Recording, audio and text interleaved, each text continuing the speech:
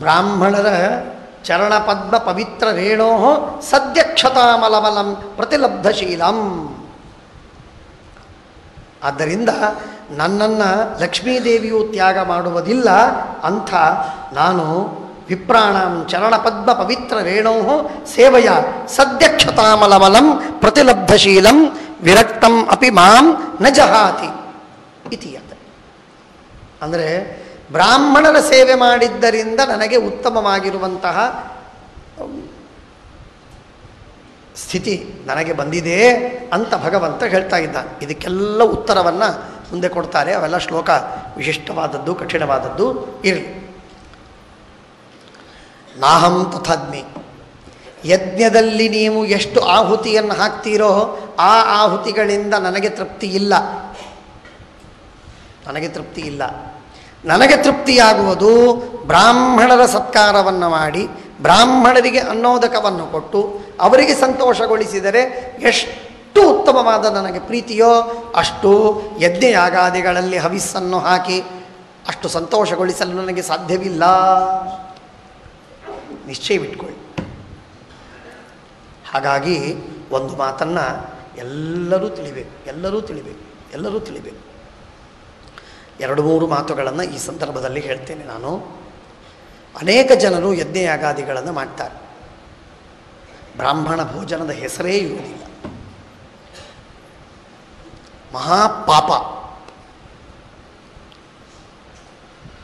ವಿಧಿಹೀನಂ ಅಸೃಷ್ಟಾನ್ನಂ ಮಂತ್ರಹೀನಂ ಅದಕ್ಷಿಣಂ. ಅನ್ನದಾನವಿಲ್ಲದಂತಹ ಯಜ್ಞ ನಿರರ್ಥಕ ಅಂತ ಹೇಳ್ತಾರೆ. ಆದ್ದರಿಂದ ಅನ್ನದಾನ ಆಗಲೇಬೇಕು, ಅವಶ್ಯವಾಗಿ ಆಗಬೇಕು. ಅದಕ್ಕೆಲ್ಲ ಬೇಕಾದಷ್ಟು ಕಥೆಗಳಿವೆ, ದೃಷ್ಟಾಂತಗಳಿವೆ, ಘಟನೆಗಳು, ಪ್ರಸಂಗಗಳೆಲ್ಲ ಇರಲಿ. ಅದಕ್ಕೆ ಹೇಳ್ತಾರೆ, ನಾಹಂ ತಥದ್ಭಿ ಯಜಮಾನ ಹವಿರ್ವಿತಾನೈ ಚೋತದ್ಗಲದ್ಘೃತ ಮದನ್ ಹುತಭುಂಮುಖೇನ ಯದ್ಬ್ರಾಹ್ಮಣಸ್ಯ ಮುಖತಶ್ಚರತೋನುಘಾಸಂ ತುಷ್ಟಸ್ಯ ಮಯ್ಯವಹಿತೈ ನಿಜಕರ್ಮ ಪಾಕೈ. ಬ್ರಾಹ್ಮಣರ ಮುಖದಲ್ಲಿ ಅನ್ನವನ್ನು ಕೊಟ್ಟು ಅವನಿಗೆ ತೃಪ್ತಿಯಾಗುವಂತೆ ಊಟಕ್ಕೆ ಹಾಕಿದರೆ ಯಾವ ಪುಣ್ಯವೋ ಆ ಪುಣ್ಯ. ಯಜ್ಞದಲ್ಲಿ ಹೋಮವನ್ನು ಮಾಡಿದರೆ ಅಷ್ಟು ಪುಣ್ಯ ಬರಲಾರದು. ಆದ್ದರಿಂದ ಬ್ರಾಹ್ಮಣರ ಅನ್ನ ಸಂತರ್ಪಣೆ ತುಂಬ ತುಂಬ ತುಂಬ ವಿಶಿಷ್ಟ. ಯೇಷಾಂ ಬಿಭರ್ಮ್ಯಹಮಲಂ ಅಖಂಡ ವಿಕುಂಠಯೋಗ ಮಾಯಾವಿಭೂತಿವಿರಮಾ ಅಮಲಾಂಘ್ರಿ ರಜಃ ಕಿರೀಟೈ ವಿಪ್ರೌಸ್ತುಕೋನ ವಿಷಹೇತ ಯದರ್ಹಣಂಭ ಸದ್ಯಃ ಪುನಾತಿ ಸಹಚಂದ್ರ ಲಲಾಮಲೋಕಾನ್. ಯಾವ ನನ್ನ ಪಾದದ ನೀರು ಚಂದ್ರಲಲಾಮ ರುದ್ರದೇವರು, ಆ ಚಂದ್ರಶೇಖರರಾದ ರುದ್ರದೇವರೇ ಮೊದಲಾದ ದೇವತೆಗಳನ್ನು, ಆ ದೇವತೆಗಳ ಲೋಕವನ್ನು ಪವಿತ್ರಗೊಳಿಸ್ತದೋ ಅಂಥ ನಾನು ನನ್ನ ತಲೆಯ ಕಿರೀಟದಲ್ಲಿ ಬ್ರಾಹ್ಮಣರ ಪಾದದ ಧೂಳಿಯನ್ನು ತಲೆಯ ಮೇಲೆ ನಾನು ಧರಿಸ್ತೇನೆ.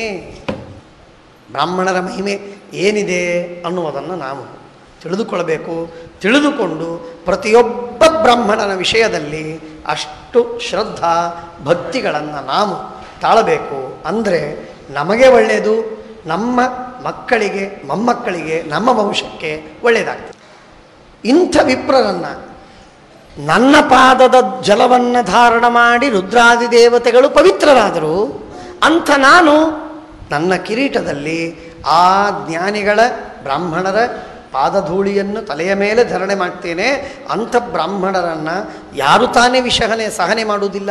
ಅವರೇನೋ ಸ್ವಲ್ಪ ತಪ್ಪು ಮಾಡಿದರಾಗಲಿ, ಹೆಚ್ಚು ಮಾತಾಡಿದರಾಗಲಿ ಅದನ್ನು ಸಹನೆ ಮಾಡದೆ ಯಾರು ಪ್ರತಿಭಟಿಸ್ತಾರೆ, ಮಹಾ ಅನರ್ಥಕಾರಿ.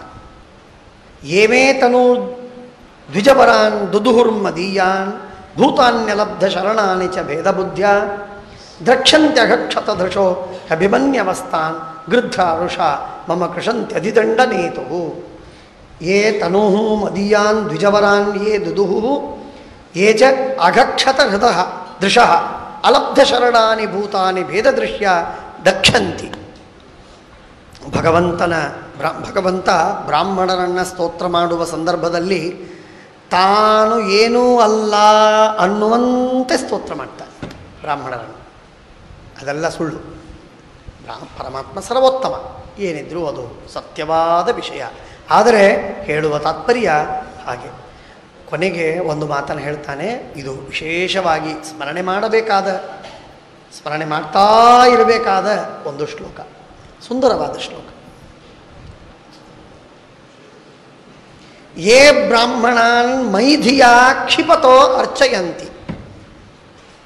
ಒಬ್ಬ ಬ್ರಾಹ್ಮಣ ನಮ್ಮನ್ನು ಬೈತಾನೆ, ನಮ್ಮನ್ನು ಬೈತಿದ್ರೆ ಕ್ಷಿಪತಃ ನಮ್ಮನ್ನು ತಿರಸ್ಕಾರ ಮಾಡುವ, ನಮ್ಮನ್ನು ಬೈಯುವ ಬ್ರಾಹ್ಮಣನಾಗಿದ್ದರೆ ಆ ಬ್ರಾಹ್ಮಣನನ್ನು ನಮ್ಮನ್ನು ಬೈತಿದ್ರೂ ಅವನನ್ನು ಪೂಜೆ ಮಾಡಬೇಕು. ನಮ್ಮನ್ನು ಬೈತಿದ್ರೂ ನಾವು ಅವನನ್ನು ಪೂಜಿಸಬೇಕು, ಅರ್ಚಿಸಬೇಕು. ಯಾಕೆ? ಮೈಧಿಯ, ಪರಮಾತ್ಮನಲ್ಲಿ ಮನಸ್ಸನ್ನಿಟ್ಟು. ಪರಮಾತ್ಮ ಬ್ರಾಹ್ಮಣರಲ್ಲಿದ್ದಾನೆ, ಪರಮಾತ್ಮ ಬ್ರಾಹ್ಮಣ ಪ್ರಿಯ, ಬ್ರಾಹ್ಮಣರ ಮೇಲೆ ಪರಮಾತ್ಮನಿಗೆ ತುಂಬ ಪ್ರೀತಿ. ನಾನು ಪೂಜೆ ಮಾಡಿದರೆ ಭಗವಂತ ಪೂಜಿತನಾಗ್ತಾನೆ, ಬ್ರಾಹ್ಮಣನ ಪೂಜೆ ಮಾಡಿದರೆ ಭಗವಂತ ಪೂಜಿತನಾಗ್ತಾನೆ. ಆದ್ದರಿಂದ ಬ್ರಾಹ್ಮಣರನ್ನು ನಾನು ಪೂಜೆ ಮಾಡಬೇಕು. ಅವರು ಬೈದರೆ ಬೈಲಿ, ಅದು ಅವರ ಪಾಲಿಗೆ, ನಮಗೆ ಸಂಬಂಧವಿಲ್ಲ. ನಾವು ಅವರನ್ನು ಪೂಜೆ ಮಾಡಬೇಕು ಎಂದು ತಿಳಿದು ಯಾರು ಪೂಜೆ ಮಾಡ್ತಾರೋ, ಯೇ ಬ್ರಾಹ್ಮಣಾನ್ ಮೈಧಿಯ ಕ್ಷಿಪತೋ ಅರ್ಚಯಂತಿ. ಪೂಜೆ ಮಾಡುವುದು ಹೇಗೆ? ಹಣ ಇದೆ, ಹಣ ಕೊಡ್ತೇವೆ. ನಮ್ಮಲ್ಲೊಂದು ಆಸನ ಇದೆ, ಆಸನದಲ್ಲಿ ಕೂಡಿಸ್ತೇವೆ, ಹಾರ ಹಾಕ್ತೇವೆ, ಪಾದಪೂಜೆ ಮಾಡ್ತೇವೆ, ಕೊಡ್ತೇವೆ. ಅಲ್ಲ, ಬರೀ ಪೂಜೆ ಮಾಡಿದರೆ ಸಾಲುವುದಿಲ್ಲ. ತುಷ್ಯಧೃದ, ಸಂತೋಷದಿಂದ ಪೂಜೆ ಮಾಡಬೇಕು ಅವನನ್ನು. ಸೆಟ್ಟಿನಿಂದ ಪೂಜೆ ಮಾಡೋದಲ್ಲ. ಮತ್ತೆ ನಾಟಕವಾಗಿ ಒಂದು ಅರ್ಧ ಗಂಟೆ ಬಂದಿದ್ದಾನೆ, ಪೂಜೆ ಮಾಡಿ ಕಳಿಸಿದ್ರೆ ಆಯಿತು ಅಂತ ಅನ್ಲಿಕ್ಕಿಲ್ಲ. ಹೃದಯದಲ್ಲಿ ಸಂತೋಷವಿರಬೇಕು ನಿಮಗೆ. ಎಷ್ಟೆಷ್ಟು ಕಂಡೀಷನ್ ಹಾಕ್ತಾನೆ ಭಗವಂತ ಅಂತಂದರೆ, ಯಾರೋ ಬ್ರಾಹ್ಮಣರೇ ದೇವರಿಗೆ ಎಲ್ಲ ಹೇಳಿ ನನ್ನ ಪರವಾಗಿ ಮಾತಾಡು ಅಂತ ಹೇಳಿದಂತೆ ಇದೆ. ತುಷ್ಯಧೃದ, ಸಂತೋಷದಿಂದ ಆ ಬ್ರಾಹ್ಮಣನನ್ನು ಹೃತ್ಪೂರ್ವಕವಾಗಿ ಪೂಜೆ ಮಾಡಬೇಕು. ಪೂಜೆ ಮಾಡುವಾಗ ಸಂತೋಷ, ಒಳಗೆ ಸಂತೋಷಪಟ್ಟದ್ದು ಮಾತ್ರವಲ್ಲ, ಸ್ಮಿತ ಸುಧೋಕ್ಷಿತ ಪದ್ಮಭಕ್ತಾಹ, ನಿನ್ನ ಮುಖದಲ್ಲಿ ಮಂದಹಾಸ, ಮುಗುಳುನಗೆ, ಬ್ರಾಹ್ಮಣರು ಬಂದಿದ್ದಾರೆ, ನನ್ನ ಉದ್ಧಾರವಾಯಿತು ಎನ್ನುವ ಭಾವನೆ ನಿನ್ನ ಆ ಮಂದಹಾಸದಲ್ಲಿ ತೋರಬೇಕು. ಹಾಗೆ ನೀನು ಆ ಬ್ರಾಹ್ಮಣರನ್ನು ಸ್ವಾಗತ ಮಾಡಿ, ಸತ್ಕಾರ ಮಾಡಿ, ಸಂತೋಷದಿಂದ ಪೂಜೆ ಮಾಡಬೇಕು. ಸ್ಮಿತ ಸುಧೋಕ್ಷಿತ ಪದ್ಮಭಕ್ತಾಹ. ಮಾತಾಡುವಾಗ ಕೂಡ್ರಿ, ಮತ್ತೆ ಬಂದೀರಿ ಅಂತ ಹೇಳಿ ಅವರನ್ನು ಭರ್ತ್ಸನೆ ಮಾಡಿ ಅಲ್ಲ. ವಾಣ್ಯ ಅನುರಾಗ ಕಲಯ, ಅನುರಾಗ ಪ್ರೀತಿಯಿಂದ ಸಹಿತವಾದ ಮಾತಿನಿಂದ ಅವರನ್ನು ಸ್ವಾಗತಿಸಿ. ವಾಣ್ಯಾನುರಾಗ ಕಲಯ, ಮಾತಿನಲ್ಲಿ ಪ್ರೀತಿ ಇರಬೇಕು, ಮುಖದಲ್ಲಿ ಮಂದಸ್ಮಿತವಿರಬೇಕು, ಹೃದಯದಲ್ಲಿ ಸಂತೋಷವಿರಬೇಕು, ದೇಹದಿಂದ ಅರ್ಚನೆ ಮಾಡಬೇಕು. ಆತ್ಮಜವದ್ಗೃಣಂತಹ ಮಕ್ಕಳು ತಂದೆಯನ್ನು ಎಷ್ಟು ಗೌರವದಿಂದ ಕಾಣ್ತಾರೋ, ಹೇಗೆ ಸ್ತೋತ್ರ ಮಾಡ್ತಾರೋ ಹಾಗೆ ಅವರನ್ನು ನೀನು ಸ್ತೋತ್ರ ಮಾಡ್ತಾರೆ. ವಾಣ್ಯಾನುರಾಗ ಕಲಯ ಆತ್ಮಜವದ್ಗೃಣಂತಹ ಸಂಬೋಧಯಂತಿ ಅಹಮಿವ ಅಹಮುಪಾಕೃತಸ್ಥೈ. ಹೀಗೆ ಯಾರು ಮಾಡ್ತಾರೋ ಅವರು ನನಗೆ ಉಪಕಾರ ಮಾಡಿದಂತೆ, ಐ ಫೀಲ್ ಒಬ್ಲೈಸ್ಡ್, ನನಗೆ ಉಪಕಾರ ಮಾಡಿದಂತೆ ಅಂತ ನಾನು ತಿಳಿತೇನೆ ಎಂಬ ಮಾತನ್ನು ಹೇಳ್ತಾ ಇದ್ದೆ. ಏನು ಅದ್ಭುತವಾದ ವಿಚಿತ್ರ! ಇದಕ್ಕಿಂತಲೂ ದೇವರು ಹೆಚ್ಚಾಗಿ ಬ್ರಾಹ್ಮಣರನ್ನು ವರ್ಣನೆ ಮಾಡುವುದು ಸಾಧ್ಯವುಂಟ? ಯೇ ಬ್ರಾಹ್ಮಣಾನ್ ಮೈಧಿಯ ಕ್ಷಿಪತೋರ್ಚಯಂತಿ ತುಷ್ಯಧೃದ ಸ್ಮಿತ ಸುಧೋಕ್ಷಿತ ಪದ್ಮವಕ್ತ್ರಾಹ ವಾಣ್ಯಾನುರಾಗ ಕಲಯ ಆತ್ಮಜವದ್ಗೃಣಂತಹ ಸಂಬೋಧಯನ್ ಅಹಮಿವಾಹಮುಪಾಕೃತಸ್ಥೈ ಎಂಬುದಾಗಿ ಹೇಳಿ ಪರಮಾತ್ಮ ಬ್ರಾಹ್ಮಣರ ವಿಶೇಷವಾದ ಮಹಿಮೆ ಇಷ್ಟೆಲ್ಲ ಹೇಳಿ ಬ್ರಾಹ್ಮಣರ ಮಹಿಮೆಯನ್ನೆಲ್ಲ ವರ್ಣನೆ ಮಾಡ್ತಾನೆ. ಇನ್ನೂ ಬೇಕಾದಷ್ಟಿದೆ. ಇಷ್ಟೆಲ್ಲ ಯಾಕೆ ಮಾಡಿದ ಅಂತನ್ನುವುದಕ್ಕೆ ಸನತ್ ಕುಮಾರಾದಿಗಳೇ ಒಂದು ಮಾತನ್ನು ಹೇಳ್ತಾರೆ, ಉತ್ತರವನ್ನು ಹೇಳ್ತಾರೆ. ಪರಮಾತ್ಮ ಈ ರೀತಿಯಾಗಿ ನೀನು ಬ್ರಾಹ್ಮಣರನ್ನು ಸ್ತೋತ್ರ ಮಾಡಿದ್ದಕ್ಕಾಗಿ ಬ್ರಾಹ್ಮಣರ ಗೌರವವನ್ನು ಹೆಚ್ಚಿಸಿದಿ. ಬ್ರಾಹ್ಮಣರ ಗೌರವವನ್ನು ಹೆಚ್ಚಿಸಿದ್ದಕ್ಕಾಗಿ ಬ್ರಾಹ್ಮಣರು ಹೇಳುವ ವೇದವಾಣಿ ಹಾಗೂ ಆ ಧರ್ಮದ ಆಜ್ಞೆ ಅವುಗಳಿಗೆ ಬೆಲೆ ಬಂತು. ಬೆಲೆ ಬಂದದ್ದರಿಂದ ನೀನು ಹಾಕಿಕೊಟ್ಟಿರುವಂತಹ ಧರ್ಮ ಏನು ಮರ್ಯಾದೆ ಇದೆ, ಆ ಧರ್ಮ ಮರ್ಯಾದೆಗೆ ನೀನೇ ರಕ್ಷಣೆ ಮಾಡಿದಂತೆ ಆಯಿತು. ಆ ಧರ್ಮ ಮರ್ಯಾದೆಯ ರಕ್ಷಣೆಯಾಗುವುದು ಬ್ರಾಹ್ಮಣರ ಮಾತಿನಲ್ಲಿ ವಿಶ್ವಾಸವಿದ್ದರೆ. ಬ್ರಾಹ್ಮಣರ ಮಾತಿನಲ್ಲಿ ವಿಶ್ವಾಸವಿರುವುದು ಬ್ರಾಹ್ಮಣರಲ್ಲಿ ಗೌರವ ಬಂದರೆ. ಬ್ರಾಹ್ಮಣರಲ್ಲಿ ಗೌರವ ಬರುವುದು ಪರಮಾತ್ಮ ಸ್ವಯಂ ನಾರಾಯಣ ಈ ರೀತಿಯಲ್ಲಿ ಸ್ತೋತ್ರ ಮಾಡಿದರೆ. ಆದ್ದರಿಂದ ಬ್ರಾಹ್ಮಣ ಅತಿ ಶ್ರೇಷ್ಠವಾದಂತಹ ಇದು. ಇಂಥ ರೀತಿಯಲ್ಲಿ ಆ ಸನತ್ಕುಮಾರಾದಿಗಳು ಹೇಳಿದ್ದನ್ನು ಒಂದು ಸಲ ಈ ಜಯ ವಿಜಯರು ಸನತ್ಕುಮಾರಾದಿಗಳಿಗೆ ತಡೆದದ್ದು ಮಾತ್ರವಲ್ಲ, ಸ್ವಯಂ ಪರಮಾತ್ಮ ಹೇಳ್ತಾನೆ, ನನ್ನ ಮಡದಿಯಾದ ಲಕ್ಷ್ಮೀ ನನ್ನ ಮನೆಯೊಳಗೆ ಬರುವಾಗ ಜಯ ವಿಜಯರು ತಡೆದಿದ್ರು. ಇಂಥ ಭೂಪರವರು ಏನು ಹೇಳಬೇಕು ಇವರಿಗೆ? ಲಕ್ಷ್ಮೀದೇವಿಗೆ ನಾರಾಯಣನ ಮನೆಗೆ ಗೃಹದಲ್ಲಿ ಪ್ರವೇಶ ಮಾಡುವುದಕ್ಕೆ ಇವರು ತಡೆಗಟ್ಟಾರಂತೆ. ಇಂಥ ದಡ್ಡತನದ ಕೆಲಸ ಮಾಡಿದ ಅವರು. ಆದ್ದರಿಂದ ಅವರಿಗೆ ನೀವು ಈ ಶಾಪವನ್ನು ಕೊಟ್ಟದ್ದು ಸರಿಯಿದೆ, ತಪ್ಪಿಲ್ಲ. ಆದ್ದರಿಂದ ಈ 3 ಜನ್ಮಗಳಾಗುವುದೇ ತಡ, ತಕ್ಷಣಕ್ಕೆ ಅವರು ಬಂದುಬೇಡಿ, ಭಾಳ ಹೊತ್ತು ಬೇಡ ಅಂತಂತ. 3 ಜನ್ಮಗಳು, 3 ಜನ್ಮ ಅಂದ್ರೇನು? ಕೃತಯುಗದೊಳಗೆ ಹಿರಣ್ಯಾಕ್ಷ ಹಿರಣ್ಯಕಶಿಪು, ತ್ರೇತಾಯುಗದೊಳಗೆ ರಾವಣ ಕುಂಭಕರ್ಣ, ದ್ವಾಪರ ಯುಗದೊಳಗೆ ಕೊನೆಗೆ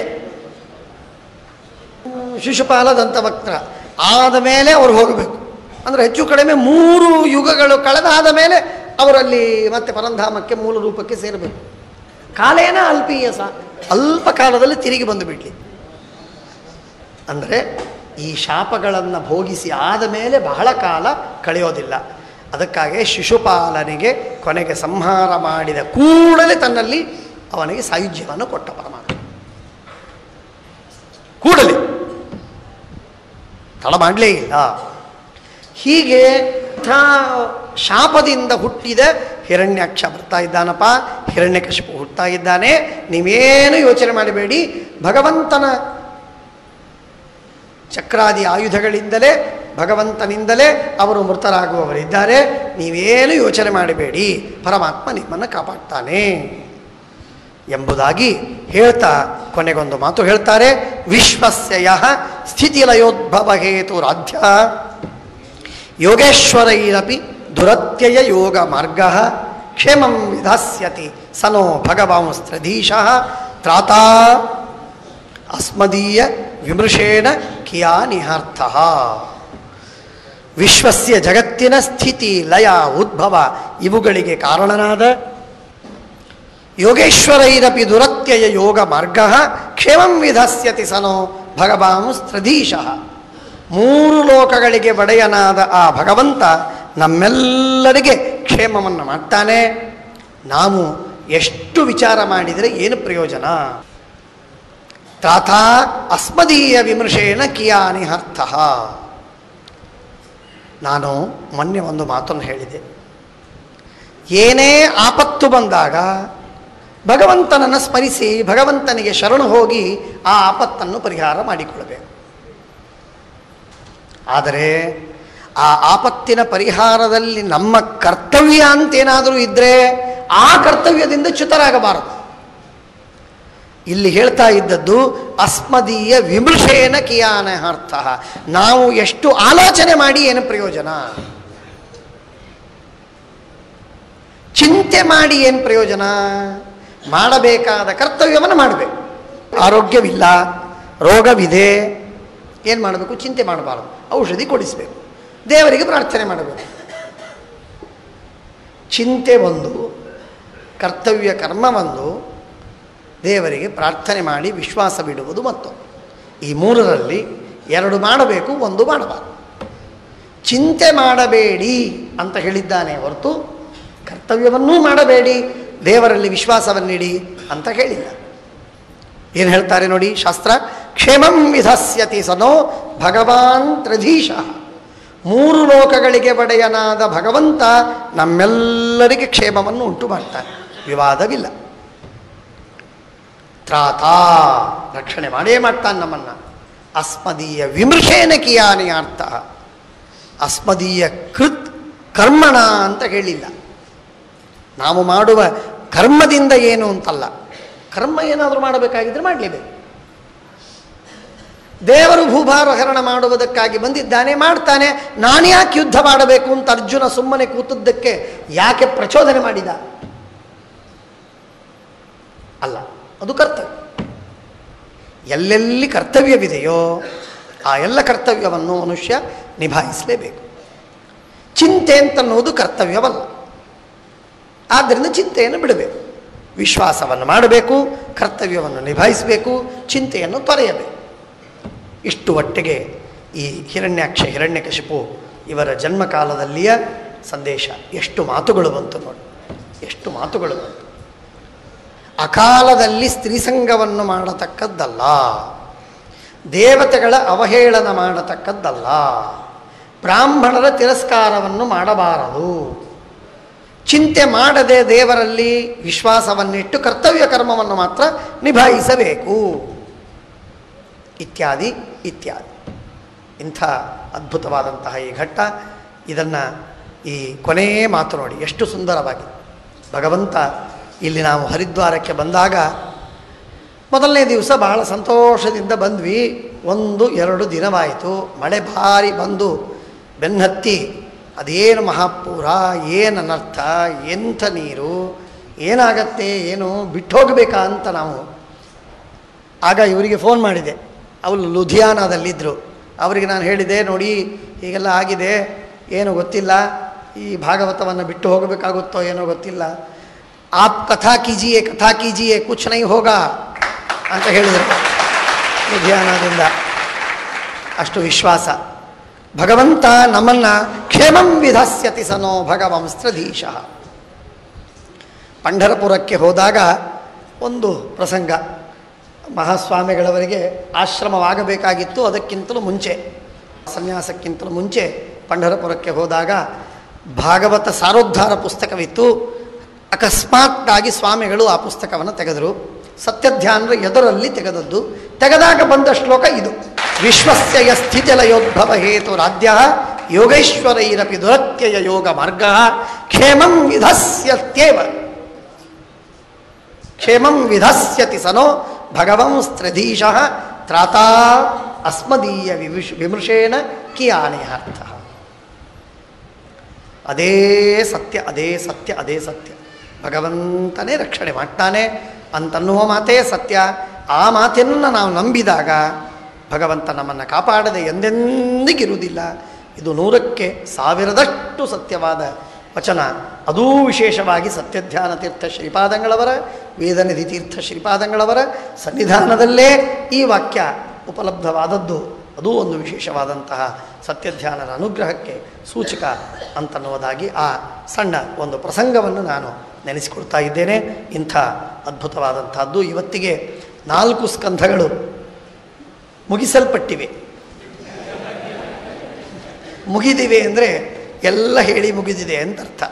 ಮುಗಿಸಲ್ಪಟ್ಟಿವೆ ಅಂದರೆ ಸ್ವಲ್ಪ ಬಲಾತ್ಕಾರ ಮಾಡಿ, ಹಠ ಮಾಡಿ, ಮಕ್ಕಳು ತಾಯಿ ಹತ್ರ ಹಠ ಮಾಡ್ತಾರಲ್ಲ ಹಾಗೆ ತಾಯಿಯಾದ ವೇದವ್ಯಾಸ ದೇವರ ಹತ್ರ ಹಠ ಮಾಡಿ 4 ಸ್ಕಂಧಗಳನ್ನು ಮುಗಿಸಿಬಿಟ್ಟಿದ್ದೇವೆ.